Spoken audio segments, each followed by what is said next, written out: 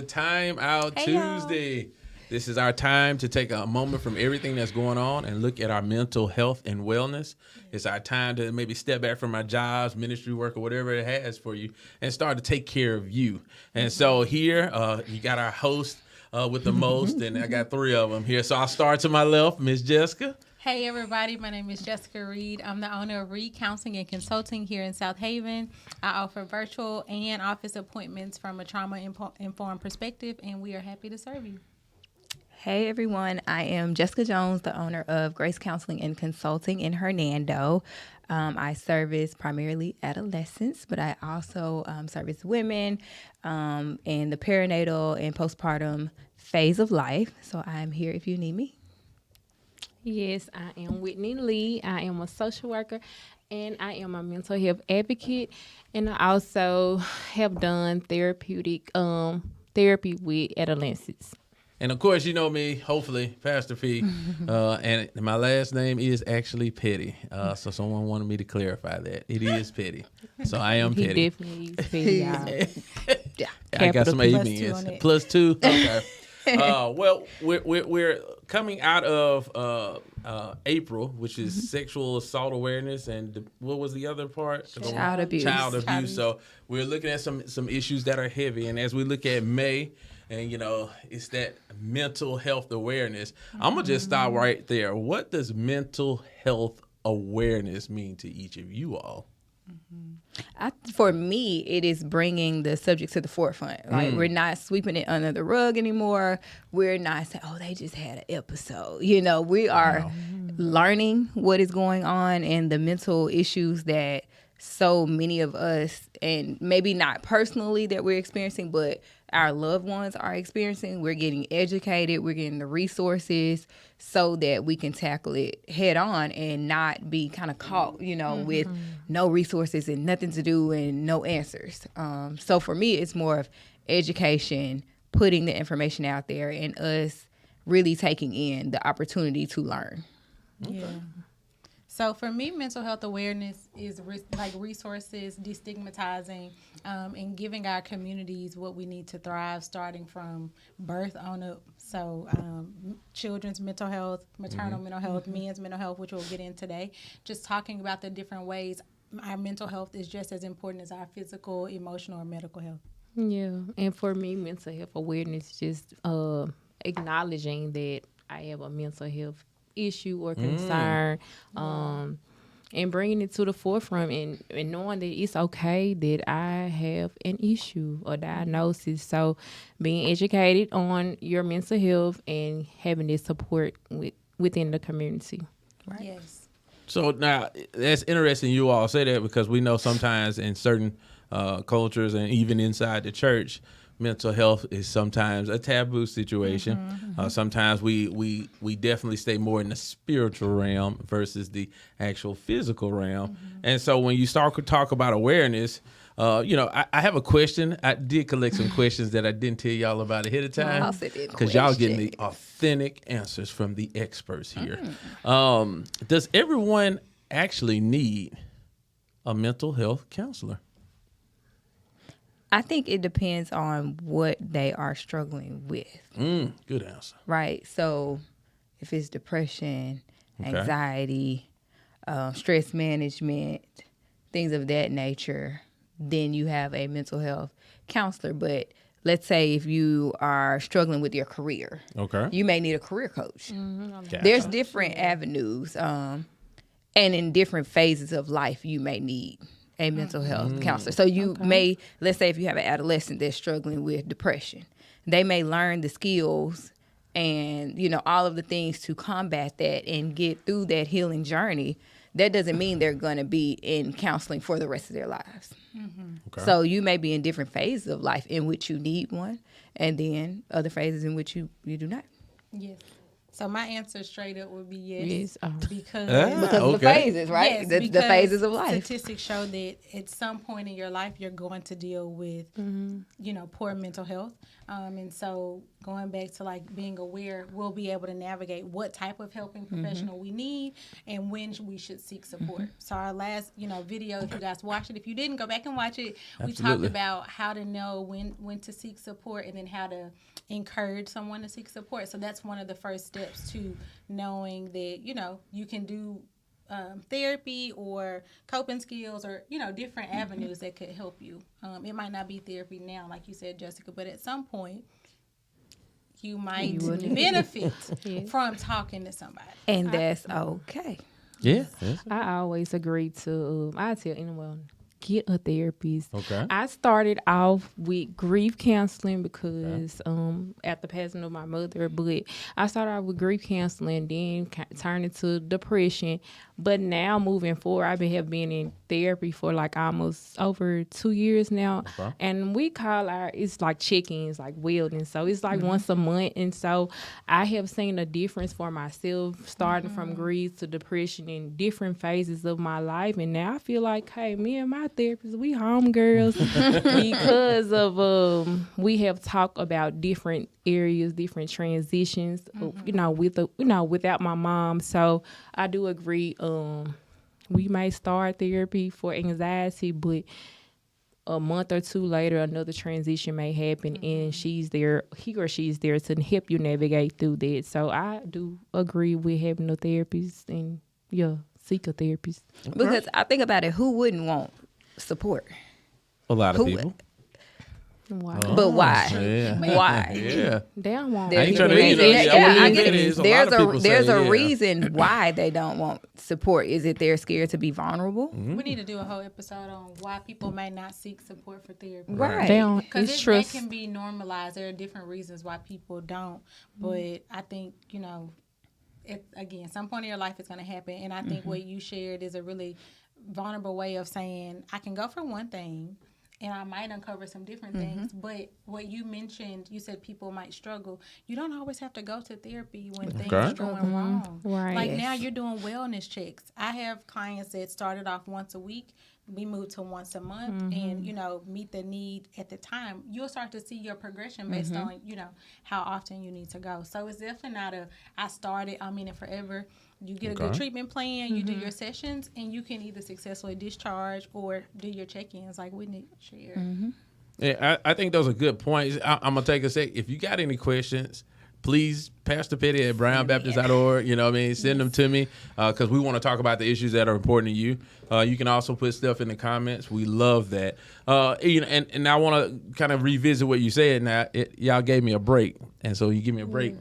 I'm not good on all the marketing designs, but I have very, very, very in-depth questions, sometimes intense. So here's a question that we did get. So we understand that sometimes it's good to have mental health counseling when things are going well, that good regiment. We definitely understand when things are maybe not going well. But as we look at maybe a different demographic or age group, baby boomers. So they've been through Jim Crow, segregation, civil rights, all the trauma that comes with that. They've never been to counseling. And now you're asking them to be vulnerable when they're saying, hey, I've been making it this way. You're just going to have to deal with it. What would you say to someone that's maybe in that age group that doesn't understand that maybe that disgruntled nature is due to poor mental health? Well, the first step I would say. What you just said. Maybe maybe feeling the way you feel because of the experiences and the lack of mental support, in the mental health area that you've had. That I would actually repeat what you just said. That's it right there. That's the answer. Yes. Okay. I'm sorry it sounds harsh, but no, I think you're right. And I think when I'm working with this generation, a lot of my therapy with them is education, psychoeducation, letting them know there's a name for the experience, getting them to explore what symptoms mean in this space, because a lot of these things weren't talked about in terms of something being wrong or symptoms. It's just, this is just what we had to do. This is just what happened. And so a lot of validation and education can help them them decide to narrate the story on their own terms. And so it's actually, I really enjoyed their population. Some of my favorite clients are, because once they get to that space, they have a lot of free. wisdom. They feel like they're free. And they just, it's like they open up a different part of their life that they just get to live. And they get to let the struggles go. And you can see it lifting off. And I don't know, I have that generation born, the men of that generation. And I always think like, man, they don't really want to. And they're like, I'm so glad that like I've held this in for so long. I've never been able, or the ones that's been married for 20, 30 years, and they're like, I finally get it. I finally get what she's been asking me for, because like they weren't open to it, you know. We didn't do growing up, because like your grandma was like, "Who are you? Why you want to talk to them?" So they've been holding it in for so long, and not knowing that I actually need someone to talk to, other than my friend or my wife or someone. So actually, baby boom, they just keep whatever they have inside. Yeah, and, so, like a lot of shame can come from that too, right? So you have to make the space safe enough for them to show these parts of themselves, because from their generation, this was a sign of weakness. Right. Don't say nothing. It really is a strength to be able to say these things and own that they happen. Like a lot of them, it's their first time making these experiences real, like and acknowledging it, because there wasn't space before. So acknowledgement. That's your word. That's your word. That's our word. Yeah. Well, now, I do want to go back to, so you're saying a lot of baby boomers are your favorite clients, and, they've been married 20-some years.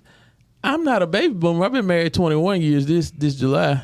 So what you calling me, a baby boomer? No. I'm a pre-baby boomer. Maybe they've been married. Maybe they got married later on. Got married later. Yeah. Okay. No, I'll give you a hard time. And the long-standing history of like a pattern. Right. It's been a problem, and now they get to resolve it because they're talking about it when, back in the day, they just... We didn't talk about it. Swept it on the rug.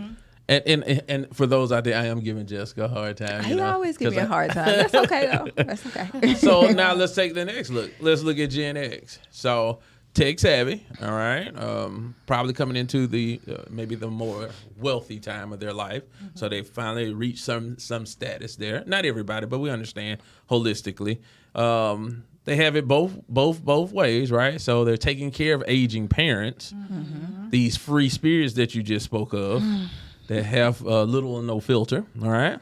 Their children may be Gen Z, you know what I mean? So a little bit more free in their expression. And then they got, that millennial age that's ready to do everything in their place on a 12-hour work week.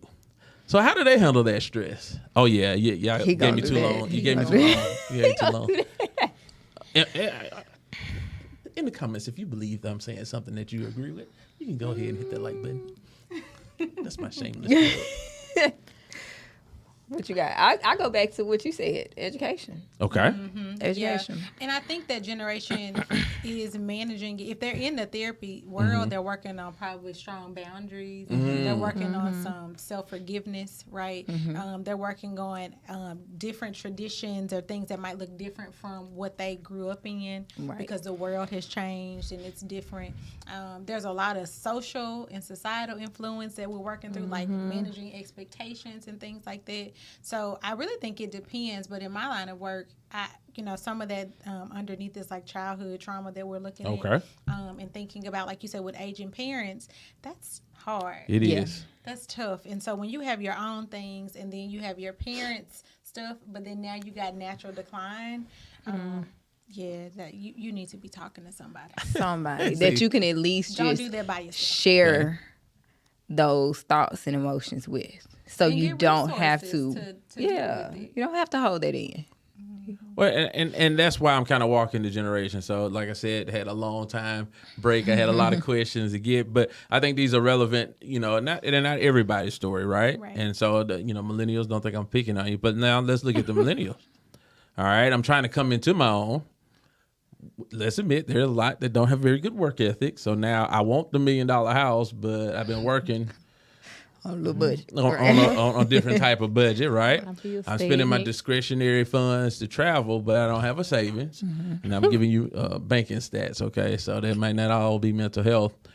I have the talent, the know-how, the skill. I'm even talking to a counselor, but life is still lifing.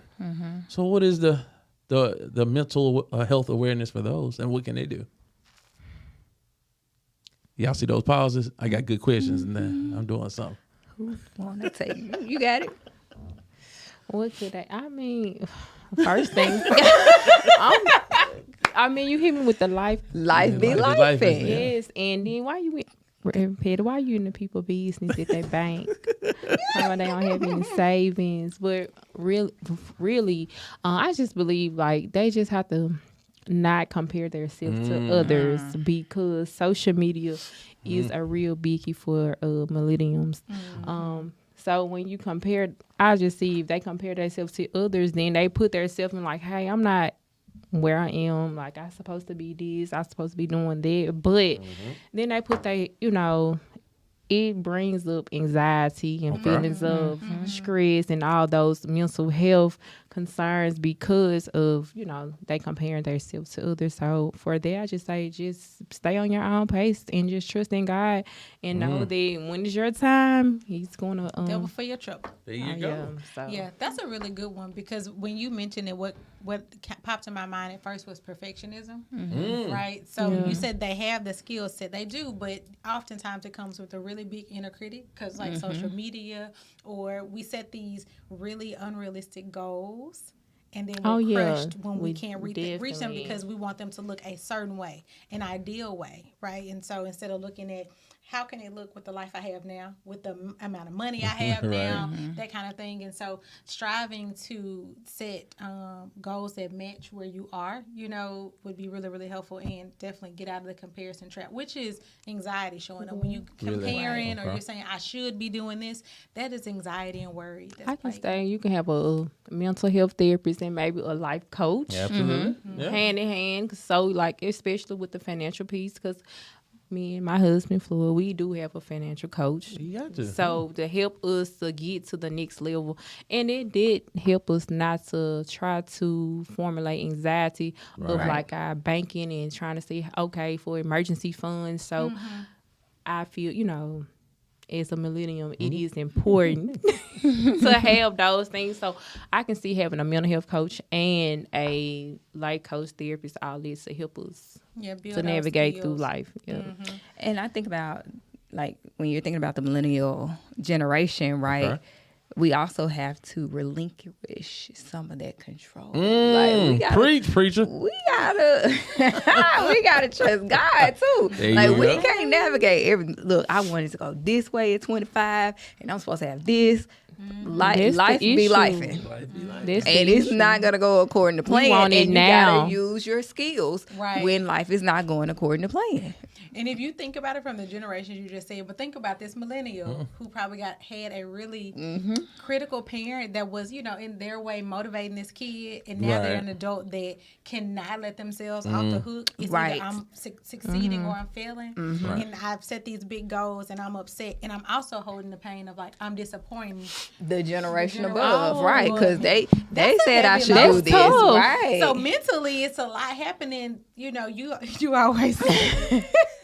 You always be saying they don't want to work, but they working a lot mentally and just take a lot from that physical. They do want to work. I feel like we do want to work. It's the other generation that leaves. Some of them might be taking care of aging parents, so half of my money going on my parents. So my dream. So what savings do I have? And I feel like millennials, they sacrifice a lot. He is not believing, but it's true. It's true. I'm just look. No. On both ends. I agree. We might have children where they're coming up, and spouses, and then we got older parents. So you have demands from space all for sides. yourself and self-care and prioritizing your health and like affirming. You don't have to make everybody happy. Right. Like the difference between an adult and a child is a person that can set boundaries with the people around them and be okay with people being upset or disappointed with what's best for you. Right.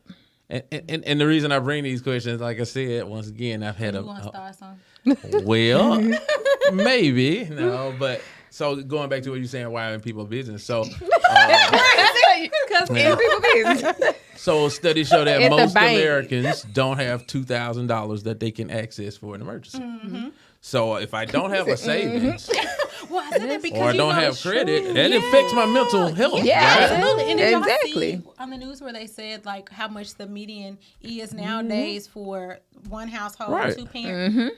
Who? It broke my heart. I'm like, a lot of people. This is life. Ain't no Right. way. How Right. are That's what I people got. doing this without having full support or strong psychological flexibility Right. around them? Right. Because, like you said, life is going to be life, and it's going to Regardless. be happening. And if you don't find good ways to ebb and flow through those changes, it will decline your mental It health. will. Yeah. And that's part of the reason I'm bringing it up. I'm not just stirring the pot, but what I do see people all every day that, like, they were, in Cancun last month. The month before that, they were in Switzerland. The month before that Y'all for better gotta get Christmas. away. Don't post it on social They media barely have me. Well, if that- your boss is following you, okay? Well, that's the one thing. But I'm just saying. So it's not I don't have enough money to save. I choose to spend my money on this, right? It's- And so Or I they deal got- with that. They got poor boundaries, and so the only way they can get their Yeah. relief is by going away. Yeah, Exactly. that's what I'm Build about to that build say. the skill of creating that life here. Right. So let them people go to Switzerland. That's the only Oh, I freedom don't they have no gonna get. problem with it. But Switzerland. I think what society is also saying is you did go to Switzerland. Or you did bought that bag for $2,000. Right. Yeah, Right. You And got now the you money. know your Yeah. car notes due, yeah. Right. Yeah, you have to prioritize. It's a mental health thing. 'Cause, yeah. The reason I say that because this month here, if you read along with Brown Baptist, we're in Romans, and of course Romans is talking about sin heavily, right? And it's talking about you have a choice, and if you choose sin, there is repercussion. Now, I'm not saying spending money on yourself is sin, no by no stretch of imagination.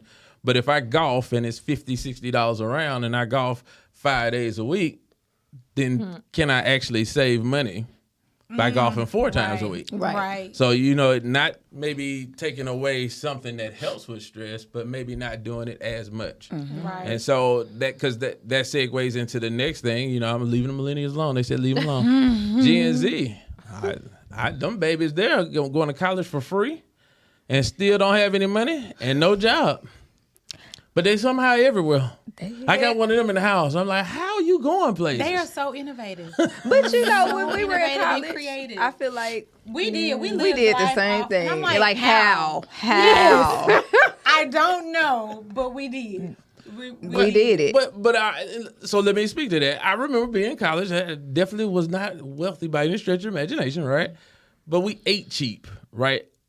But Gen Z is doing something different. Like, no, they eating steak without a job. School paid for, but they They only work still- 1 day a month. they Like, still it's Well, we God something. is able. We worked. I God did is say. And I'm sorry. I mean, I don't know how God did it. He God did it. did that. So if you're Big out there shout out. struggling, this is why we talk about it. But I think now, and it does seem like I'm being petty, but it's intentional here. If we look at mental health awareness, how you spend, if you do spend on yourself, because some people save excessively and never take a vacation. All right, that's not healthy either, right? No, it's not. I'm at a certain age where I feel free. I'm at a certain age where I'm taking care of parents. I'm at a certain age where I may be taking care of parents. I want to be free, but I ain't free yet. So all these are things that, maybe we are not aware that are Right. affecting our mental health. Right. Absolutely. Got And some like that you be said, shopping and knowing that they dealing Retail with therapy. something. right, and that's what when you think about mental To health cope awareness, with. it's knowing how the things that you're doing to cope are counterproductive to your mental health. Right. If I have financial stress, but I cope with this stress by shopping, right? So I'm feeling good, but I look at my bank account and I'm back. There's a I'm cycle. back in this cycle. So yeah. you have to, like you said, find a way to reprioritize and balance it where you can still take care of yourself, but still, make use of what's important to you, like saving. It can be a little bit. Anything done consistently over time makes a difference. Right. Right. Just start somewhere. Save $1. Read one page of the book. Meditate for 1 minute. That's it. All of that over time will make a difference. But I think, we think about it in these grand ways that we have to do it 30 minutes and all this kind of stuff. But start small and start at your own pace. Yeah. And I know we've been really hard on, the generations, but everybody needs to give themselves some grace and be proud of where they are now. Yes. Because everything you've done to the point has gotten you here. Absolutely. So there's some skills that maybe you're not tapping into, or some strengths that you're not giving yourself credit for, that can help you right now. Right. So if you don't know, you pray and ask God to reveal them to you, or talk to your friends and say, where are my blind spots? Like, where am I doing well? But you don't see me showing up. Right. Well, and so that also brings me to another question. All right. It's always another question. I know you gotta have questions. The people want to know. You ought to see his face going when he gets I got it. So as we kind of transition into next month being men's mental health, and this is an election year, we're starting to see politics definitely have an impact on mental health. So I want to know, when it comes to politics, and just discussing those with friends and family, how is that affecting people's mental health? Because I see some rallies, I see some get together, let's vote for this person, and it looks like insanity to me.